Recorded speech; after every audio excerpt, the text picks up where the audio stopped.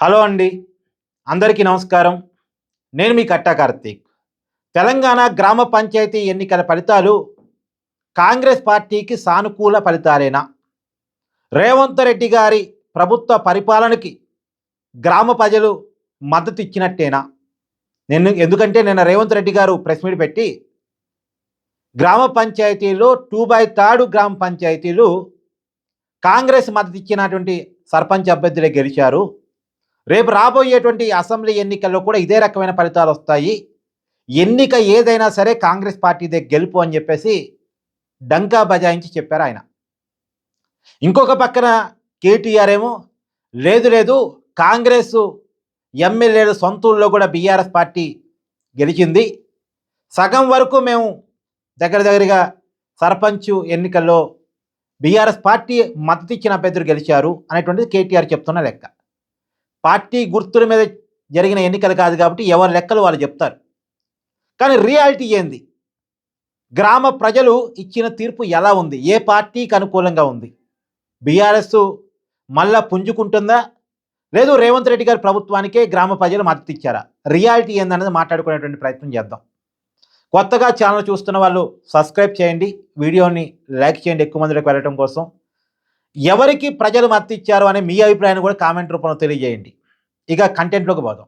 కంటెంట్లో పోయినప్పుడు మొత్తం 12,700 పైచిలకు గ్రామ పంచాయతీలకు ఎన్నికలు జరిగాయి తెలంగాణలో మొత్తం గ్రామ పంచాయతీలకు. దాంట్లో 7,095 గ్రామ పంచాయతీలని కాంగ్రెస్ మద్దతు ఇచ్చిన అభ్యర్థులు గెలిచారు. అలాగే 3,456 గ్రామ పంచాయతీలని బీఆర్ఎస్ మద్దతు ఇచ్చినటువంటి అభ్యర్థులు గెలిచారు. 650కి పైగా మంది అభ్యర్థులు బీజేపీ మద్దతుతో గెలిచారు. 1000 మందికి పైగా అభ్యర్థులు ఇండిపెండెన్స్ గెలిచారు. అంటే బీజేపీ కంటే కూడా ఇండిపెండెన్స్ ఎక్కువ గెలిచారు. అంటే బీజేపీ గ్రామాల్లో బలంగా లేదు తెలంగాణలో అని మరొకసారి నిరూపితం అయిపోయింది. ఇప్పటికీ పోటీ కాంగ్రెస్కు బీఆర్ఎస్కి మధ్య మాత్రమే అనేది తెలిసిపోయింది. సహజంగానే లోకల్ బాడీ ఎన్నికలు, సర్పంచ్ ఎన్నికలు అధికార పార్టీకి అనుకూలంగా ఉంటాయి. రేపు రాబోయే ఎంపీటీసీ, జడ్పీటీసీ, మున్సిపల్, కార్పొరేషన్ ఎన్నికలు కూడా అధికార పార్టీకి కొన్ని అడ్వాంటేజ్లు ఉంటాయి. తీవ్రమైన వ్యతిరేకత ఉంటే తప్ప సహజంగా అధికార పార్టీకి అడ్వాంటేజ్లు ఉంటాయి. అందులోనూ ఈ రేషన్ కార్డులు, తర్వాత సన్న బియ్యం, డబల్ బెడ్రూమ్లు, ఇందిరమిల్లు, అదిగాక ఈ మధ్య కాలంలో ఇందిరమ్మ చీరల పంపిణీ కావచ్చు, ఇవన్నీ అవి కాక డబ్బులు పంపిణీలు కూడా అధికార పార్టీకి ఉండే సహజమైన అడ్వాంటేజు. ఎమ్మెల్యేలు, మంత్రులు సీరియస్గా తీసుకున్నారు. ఇవన్నీ కూడా అధికార పార్టీకి కలిసి వచ్చాయి.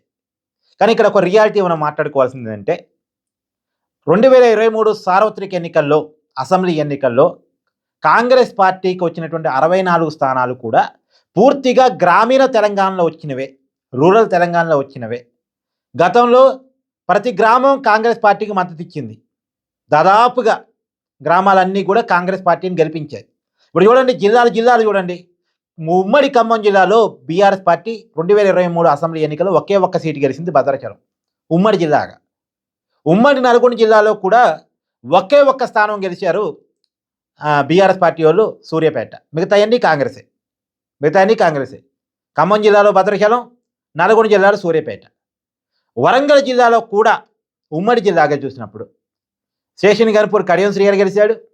తర్వాత పల్లా రాజేశ్వరరెడ్డి, ఆయన కూడా బీఆర్ఎస్ పార్టీ ఎమ్మెల్యే, ఆయన గెలిచాడు. 2 స్థానాలు మాత్రం ఉమ్మడి వరంగల్ జిల్లాలో. ఇలా ఏ జిల్లా చూసినా సరే మేజర్ స్థానాన్ని కాంగ్రెస్ పార్టీయే గెలిచింది. కానీ పార్లమెంట్ స్థానాలు కూడా చూసినప్పుడు, సరే పార్లమెంట్ ఎన్నికలు 2024లో వచ్చాయి. ఆ పార్లమెంట్ ఎన్నికల్లో కూడా గ్రామీణ తెలంగాణ మొత్తం కూడా కాంగ్రెస్ పార్టీ వైపు ఉంది. సరే బీజేపీ పోటీ ఇచ్చింది జాతీయ ఎన్నికలు కాబట్టి, అక్కడ కూడా కాంగ్రెస్ పార్టీ ఖమ్మం జిల్లాలో కావచ్చు, నల్గొండ జిల్లాలో కావచ్చు, వరంగల్ జిల్లాలో కావచ్చు, లేదో మిగతా అన్ని జిల్లాల్లో కూడా బీజేపీతో పోటీ పడింది కాంగ్రెస్ పార్టీనే. బీఆర్ఎస్ పర్ఫార్మెన్స్ ఏమీ లేదు పార్లమెంట్ ఎన్నికల్లో కూడా. మీరు చూశారు కదా, స్థానాలు కూడా సమానంగా వచ్చాయి. 8 అంటే 8 కాంగ్రెస్ పార్టీకి వస్తే 8 బీజేపీ పార్టీకి వచ్చాయి. గ్రామీణ తెలంగాణ పార్లమెంట్ ఎన్నికల్లో కూడా కాంగ్రెస్ పార్టీకి మద్దతు ఇచ్చింది. ఇప్పుడు సర్పంచ్ ఎన్నికలు అంటే అసెంబ్లీ ఎన్నికలతో పార్లమెంట్ ఎన్నికలతో చూసినప్పుడు మాత్రం బీఆర్ఎస్ కొద్దిగా పుంజుకుంది. 3,456 గ్రామ పంచాయతీలు బీఆర్ఎస్ గెలిచిందంటే ఖచ్చితంగా అసెంబ్లీ ఎన్నికలు, పార్లమెంట్ ఎన్నికలతో పోల్చినప్పుడు బీఆర్ఎస్ తిరిగి కొంత పుంజుకోగలిగింది. ఆ సంఖ్య కాంగ్రెస్ పార్టీతో చూసినప్పుడు తక్కువ కావచ్చు. అఫీషియల్‌గా ఆ పార్టీ 7,095 స్థానాలు గెలిచినప్పటికి కూడా గెలిచిన ఇండిపెండెంట్స్ కూడా అధికార పార్టీలోకే జాయిన్ అవుతారు కాబట్టి 8,000 వరకు లెక్కేసుకోవచ్చు కాంగ్రెస్ పార్టీ గెలిచినట్టు. ఆ 8,000 సంఖ్యతో పోల్చినప్పుడు బీఆర్ఎస్ గెలిచినటువంటి 3,400 లేదా 3,500 సగం కంటే కొంచెం తక్కువగా కనపడొచ్చు కాక. కానీ ఆ మాత్రం బీఆర్ఎస్ తన పర్ఫార్మెన్స్ చూపించుకోగలిగింది నెగెటివ్ సిచ్యువేషన్‌లో కూడా. నిజానికి బీఆర్ఎస్ పార్టీ తరఫున కేసీఆర్ ఇంతవరకు బయటికి రావట్లేదు. కేటీఆరే మొత్తం చూసుకుంటున్నాడు. వరుసగా ఓటములు. బీఆర్ఎస్ తన సిట్టింగ్ స్థానాన్ని కూడా కోల్పోతూ ఉంది. కేటీఆర్‌కేమో అర్బన్‌లో తప్ప నిజానికి గ్రామీణ తెలంగాణలో పెద్ద ఇమేజ్ ఏమి లేదు. కేసీఆర్‌కు ఉంది తప్ప కేటీఆర్‌కి అర్బన్ ప్రాంతాల్లో హైదరాబాద్ పరిధిలో ఉంది.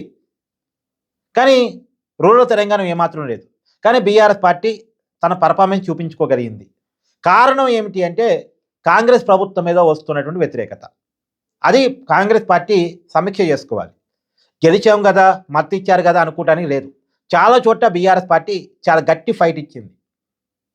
చాలా తక్కువ ఓట్ల మెజార్టీతో కాంగ్రెస్ పార్టీ చాలా చోట్ల గెలిచింది. అధికారం ఉండి అన్ని ప్రయత్నాలు చేసి కూడా కొద్ది మెజార్టీతో కాంగ్రెస్ పార్టీ గెలిచిన స్థానాలు చాలా ఉన్నాయి. ప్రధానంగా కాంగ్రెస్ పార్టీకి మద్దతు ఇచ్చిన రైతులు ఈసారి ఓటేయడానికి కొంత వెనక ముందు ఆడారు. కారణం ఏంది అంటే రుణమాఫీ సరిగా కాలేదు, రైతు భరోసా సరిగా ఇవ్వటం లేదు, వడ్లు కొనుగోలు సరిగా లేదు, కొనుగోలు చేసిన వడ్లకి బోనసులు సరిగా ఇవ్వటం లేదు. ఇలా రకరకాల కారణాల ఫలితంగా అందులోనూ మన కొన్ని జిల్లాల్లో వరద ప్రభావం పడితే అక్కడ సహాయ కార్యక్రమాల కోసం ప్రభుత్వం సరిగా స్పందించలేదు. నష్టపరిహారాన్ని కూడా ఇంతవరకు ప్రజలకు ఇవ్వలేదు. ఇవన్నీ రకరకాల క్యాలిక్యులేషన్ తోటి గ్రామీణ తెలంగాణ రేవంత్ రెడ్డి ప్రభుత్వం మీద ఎంతో కొంత తిరుగుబాటు చేస్తూ ఉంది. ఇది రియాలిటీ. దీన్ని మనం అర్థం చేసుకోగలగాలి. ఏదో గెలిచేసాం, స్థానాలు సంఖ్యగా చూసినప్పుడు మీకు గొప్పగా అనిపించవచ్చు. కానీ కాంగ్రెస్ పార్టీ ఏం చెప్తుంది? 87 అసెంబ్లీ నియోజకవర్గాల పరిధిలో కాంగ్రెస్ పార్టీకి ఆధిక్యత వచ్చిందని చెప్తుంది. 87 అసెంబ్లీ నియోజకవర్గాల పరిధిలో కాంగ్రెస్ పార్టీకి సర్పంచులు, గ్రామ పంచాయతీలు ఎక్కువ వచ్చాయి. బీఆర్ఎస్ పార్టీ కంటే, బీజేపీ కంటే కాంగ్రెస్ పార్టీ అభ్యర్థులు ఎక్కువ మంది గెలిచారు, సంబంధిత అభ్యర్థులు. అంటే ఇదే పార్టీ గుర్తు మీద జరిగే ఎన్నిక కాదు కదా. అంటే ఈ లెక్క చూసినప్పుడు 87 స్థానాలు కాంగ్రెస్ పార్టీకి వస్తాయని వాళ్ళు అంచనా వేసుకుంటున్నారు. ఇప్పటికిప్పుడు ఎన్నికలు జరుగుతాయి. కానీ రియాలిటీలో అది లేదు. ఇది రియాలిటీ కాదు. దాన్ని కాంగ్రెస్ పార్టీ సమీక్ష చేసుకోవాలి. గ్రామాల్లో కాంగ్రెస్ పార్టీ మీద వ్యతిరేకత స్టార్ట్ అయింది. కాకపోతే ఇంకా బీఆర్ఎస్ మీద అనుకూలత రాలే. కాంగ్రెస్ పార్టీ మీద వ్యతిరేకత పెరుగుతుంది, అలాగని బీఆర్ఎస్ పార్టీ మీద అనుకూలత రాలేదు. కాబట్టి బీఆర్ఎస్ పార్టీ మీద అనుకూలత రాలేదు కాబట్టి కాంగ్రెస్ పార్టీకి గెలుపు కనపడుతుంది అనే దాన్ని రేవంత్ రెడ్డి గారు అర్థం చేసుకోగలిగితే మంచిది అనేది నా ఉద్దేశం. రేపు ఎంపీటీసీ, జడ్పీటీసీ ఎన్నికలు పార్టీ గుర్తుల మీద జరుగుతాయి. అలాగే మున్సిపల్ కార్పొరేషన్ ఎన్నికలు కూడా పార్టీ గుర్తుల మీద జరుగుతాయి. అప్పుడు ఫలితాలు ఎలా ఉంటాయి అనేది మళ్ళీ మాట్లాడుకునేటువంటి ప్రయత్నం మనం చేద్దాం. Thank you.